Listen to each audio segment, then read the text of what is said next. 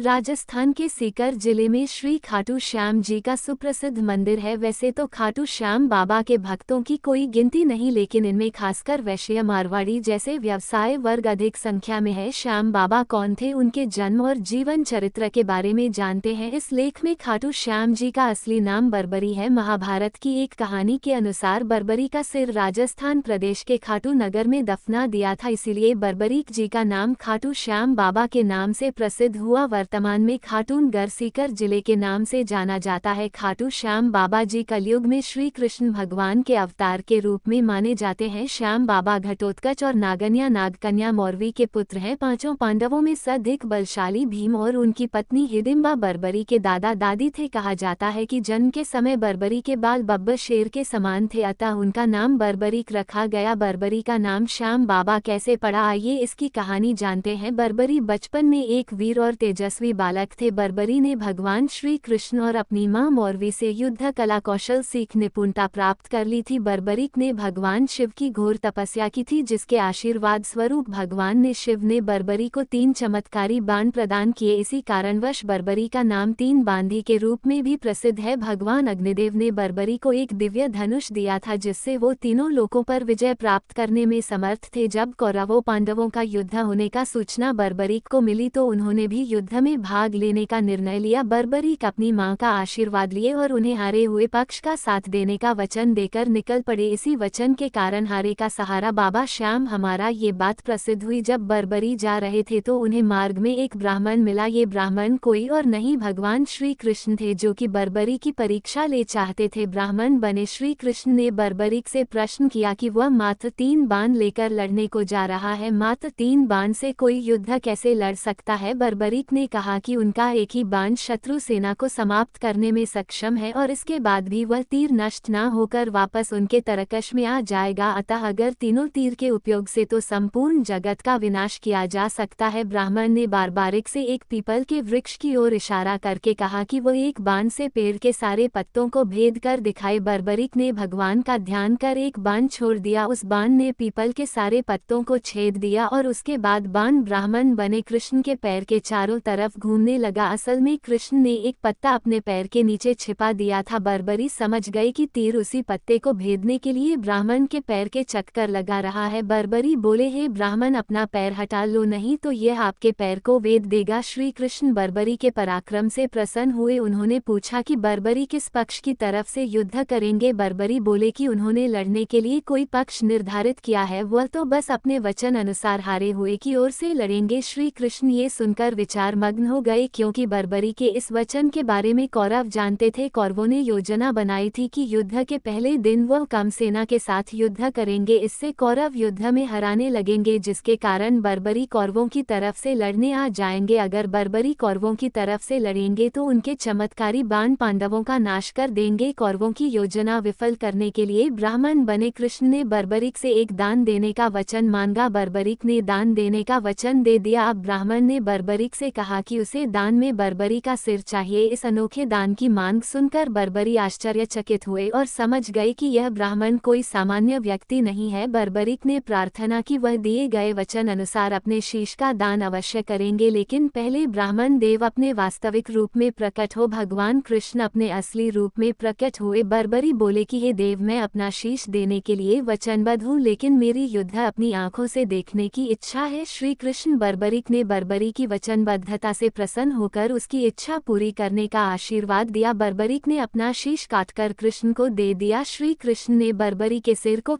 14 देवियों के द्वारा अमृत से सीख युद्ध भूमि के पास एक पहाड़ी पर स्थित कर दिया, जहां से बर्बरीक युद्ध का दृश्य देख सके। इसके पश्चात कृष्ण ने बर्बरी के धड़ का शास्त्रोक्त विधि से अंतिम संस्कार कर दिया। महाभारत का महान युद्ध समाप्त हुआ और पांडव विजय हुए। विजय के बाद पांडवों में ये बहस होने लगी कि इस विजय का श्रेय किस योद्धा को जाता है। श्री कृष्ण ने कहा, चूंकि बर्बरी इस युद्ध के साक्षी रहे हैं, अतः इस प्रश्न का उत्तर उन्हीं से जानना चाहिए। तब परमवीर बर्बरीक ने कहा कि इस युद्ध की विजय का श्रेय श्रेय एकमात्र श्री कृष्ण को जाता है, क्योंकि यह सब कुछ श्री कृष्ण की उत्कृष्ट युद्ध नीति के कारण ही संभव हुआ। विजय के पीछे सब कुछ श्री कृष्ण की ही माया थी। बर्बरी के इस सत्य वचन से देवताओं ने बर्बरी पर पुष्पों की वर्षा की और उनके गुणगान गाने लगे। श्री कृष्ण वीर बर्बरी की महानता से अति प्रसन्न हुए और उन्होंने कहा, हे वीर बर्बरी का आप महान है, मेरे आशीर्वाद स्वरूप आज से आप मेरे नाम श्याम से प्रसिद्ध होगे। कलयुग में आप कृष्ण अवतार रूप में पूजे जाएंगे और अपने भक्तों के मनोरथ पूर्ण करेंगे। भगवान श्री कृष्ण का वचन सिद्ध हुआ और आज हम देखते भी हैं कि भगवान श्री खाटू श्याम बाबा जी अपने भक्तों पर निरंतर अपनी कृपा बनाए रखते हैं। बाबा श्याम अपने वचन अनुसार हारे का सहारा बनते हैं, इसीलिए जो सारी दुनिया से हारा सताया गया होता है वह भी अगर सच्चे मन से बाबा श्याम के नामों का सच्चे मन से नाम ले और स्मरण करे तो उसका कल्याण अवश्य ही होता है। श्री खाटू श्याम बाबा की महिमा अपरंपार है। श्रद्धा विनती है कि बाबा श्याम इसी प्रकार अपने भक्तों पर अपनी कृपा बनाए रखे। जय श्री कृष्ण, जय खाटू श्याम जी बाबा जी। नमस्कार दोस्तों, अगर ये वीडियो आपको अच्छी लगे